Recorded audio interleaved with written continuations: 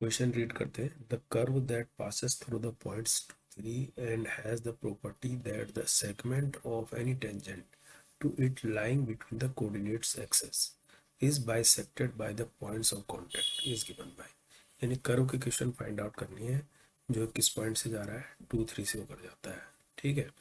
और कहाँ लाई कर रहा है ये टेंजेंट जो इसका है, इस कर्व से जो जाने वाला है वो कोऑर्डिनेट एक्सिस को बाइसेक्ट करता है। देखो इसको थोड़ा सा डायग्राम से समझेंगे तो आपको बेटर रहेगा। मान लीजिए मैं इसको ऐसे बनाता हूँ, ये मेरा एक्स एक्सिस है, ये वाई एक्सिस है, ठीक है। अब इसमें क्या कह रहा है, the segment of the tangent to it lying between the coordinate axis, यानी एक्स एक्सिस और वाई एक्सिस पे लाई कर रहा है क्या टेंजेंट। तो कहने का मतलब ऐसे लाई कर रहा होगा ये, है ना। यानी एक्स एक्सिस और वाई एक्सिस पे लाई कर रहा है, ये सेगमेंट है ये टेंजेंट का, आगे कहीं भी जा रहा है।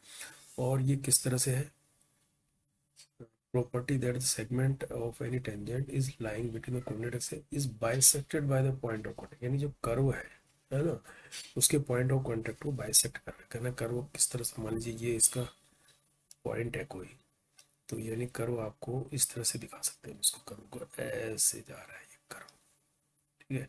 तो ये पॉइंट ऑफ कांटेक्ट है और ये पॉइंट ऑफ कांटेक्ट इस एक्स एक्सिस और वाई एक्सिस वाले टेंजेंट जो है इसको बाइसेक्ट कर, कहने का मतलब ये और ये अगर एक्स एक्सिस पर लाई कर रहे हैं तो ये दोनों डिस्टेंस जो है बराबर होनी चाहिए इस पॉइंट से। तो इसको कैसे मान सकते हैं, मान लीजिए ये कोऑर्डिनेट तो 0, 0 है, ओरिजिन है। अगर मैं इस लेंथ को ए मान लेता हूँ और इस लेंथ को मान लेता हूँ बी, है ना, इससे क्या होगा, जो ये कोऑर्डिनेट है इस वाले पॉइंट के, ये कोऑर्डिनेट क्या मिलेंगे, ए और 0 मिलेगा एक्स एक्सिस पर। ये वाला जो कोऑर्डिनेट है ये मिलेगा मेरे को 0, बी मिलेगा, ठीक है। अब ये कर्व है, ये क्या है, कर्व है, और ये टेंजेंट का सेगमेंट है, ठीक है, ये समझ गया, टेंजेंट का सेगमेंट है। ये पॉइंट ऑफ कांटेक्ट है जो कर्व को टच कर रहा है, ये टेंजेंट का सेगमेंट। तो इस पॉइंट ऑफ कांटेक्ट के मान लिया कोऑर्डिनेट एक्स वाई है, तो ये पॉइंट जो है ये इस सेगमेंट को, टेंजेंट को, है ना, दो बराबर हिस्सों में डिवाइड कर रहा है। तो अब आप समझ सकते हो, अगर दो बराबर हिस्सों में डिवाइड कर रहा है, कहने का मतलब इस तरह की चीज़ हो गई है। ये अगर यहाँ पर कोऑर्डिनेट आपको सपोज ए 0 है और ये कोऑर्डिनेट मान लीजिए इस पॉइंट के 0 भी है ना। अगर ये बराबर डिवाइड कर रहा है और ये मिडल के पॉइंट क्या है, एक्स वाई है, तो ये बराबर कर रहा है, यानी m1 और m2, अगर m1 और m2 इक्वल है तो हमारे पास x क्या आ जाता है, x1 प्लस x2 अपॉन 2 आएगा। पढ़ा हुआ है आपने कोऑर्डिनेट में, y आ जाएगा y1 प्लस y2 अपॉन 2, क्योंकि m1 m2 इक्वल हो जाते हैं।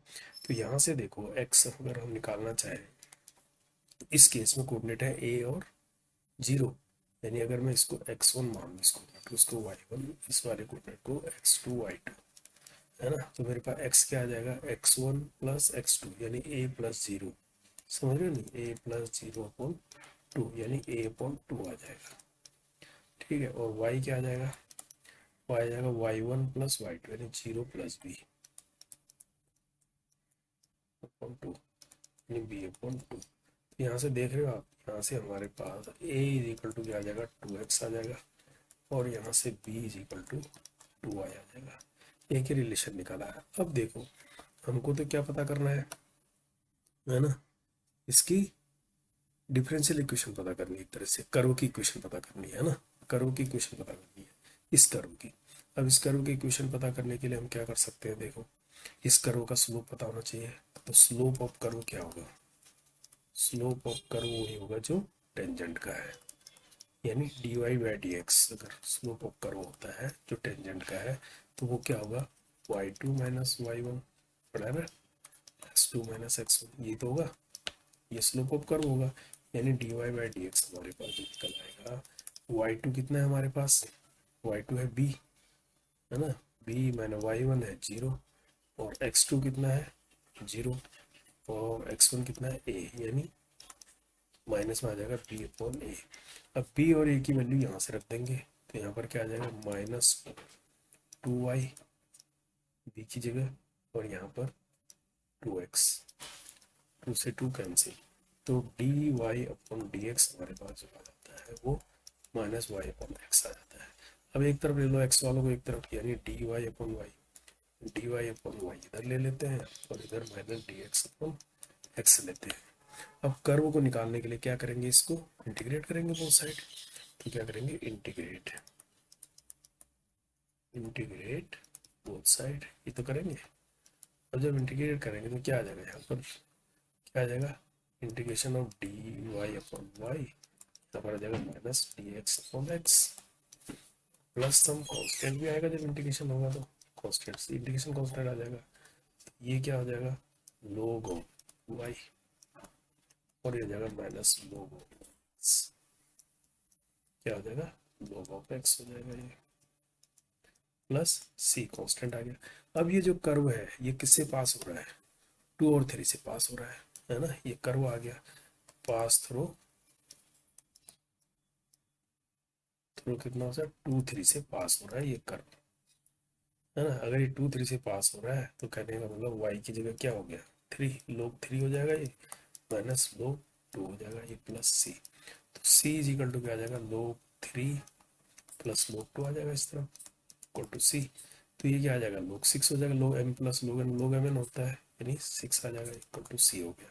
तो सी की वैल्यू ये आ गई, तो आपके पास इक्वेशन क्या बन गई, log y is equal to minus log x plus log of 6 आ गया। इस तरफ ले लेंगे तो log y plus log x हो जाएगा, ये is equal to log x 6 हो जाएगा।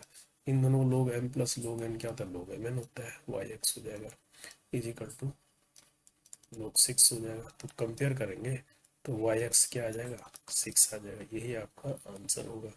लेकिन इस देखो, अब इसके पास क्या चॉइस है, इसके पास y is equal to 6 upon x choice है, तो इसने इसको क्या लिख दिया, y is equal to 6 upon x ऐसे लिख दिया। तो ये इसका आंसर हो गया। होप आप ये डायग्राम के थ्रू ज़्यादा बेटर समझ गए होंगे इसको, है ना, कि किस तरह से इसने एक्सप्लेन किया है इसको। Okay, thank you.